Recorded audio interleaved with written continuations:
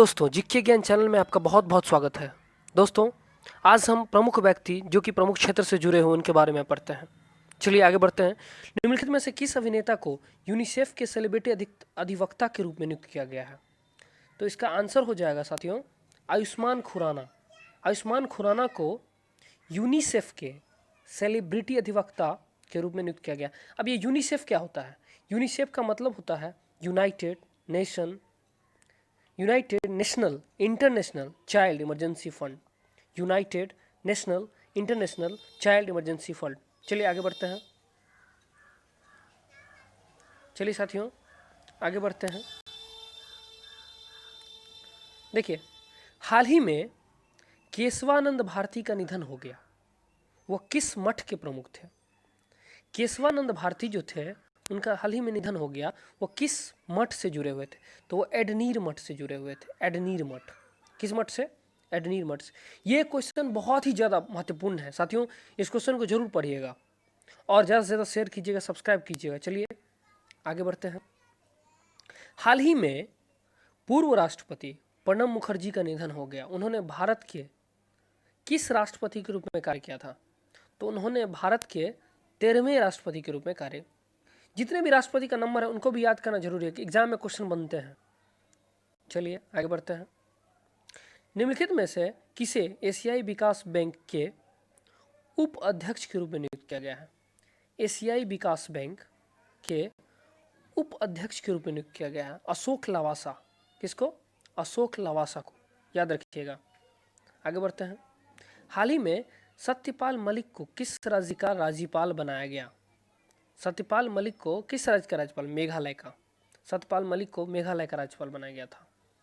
चलिए आगे बढ़ते हैं।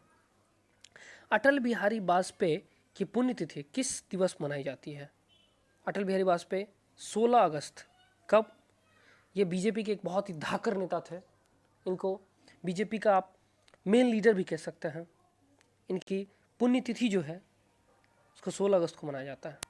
चलिए आगे बढ़ते हैं। सुशासन दिवस किस तारीख को मनाया जाता है? सुशासन दिवस। साथियों, सुशासन दिवस 25 दिसंबर, क्रिसमस डे।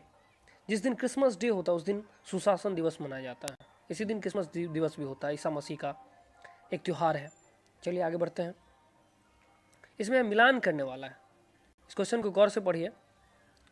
सही युग में चुने। महिंद्रा राजपक्षे श्रीलंका के नए राष्ट्रपति, गोताबाया राजपक्षे श्रीलंका के नए प्रधानमंत्री। ना तो एक सही है और ना ही दो सही है, दोनों ही गलत है। सही है। चलिए आगे बढ़ते हैं।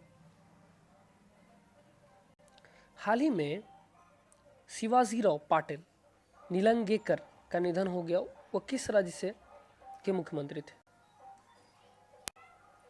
वो महाराष्ट्र के मुख्यमंत्री थे। कौन? शिवाजीराव पाटिल निलंगेकर। ये सब बहुत ही महत्वपूर्ण क्वेश्चन होते हैं साथियों। शिवाजीराव से सिर्फ याद रखना कि शिवाजी जो थे वो महाराष्ट्र से जुड़े हुए थे, इसलिए महाराष्ट्र याद करके चलिए आगे बढ़ते हैं। BRICS chamber of commerce and industry (CCI) के लिए संचालन समिति के मानद सलाहकार के रूप में किसे नियुक्त किया गया है? प्रवीण कुमार, आदित्य सेठी, संजय सूरी, साहिल सेठ को नियुक्त किया गया है। चलिए आगे बढ़ते हैं। BRICS chamber of commerce and industry की स्थापना किस वर्ष की गई थी?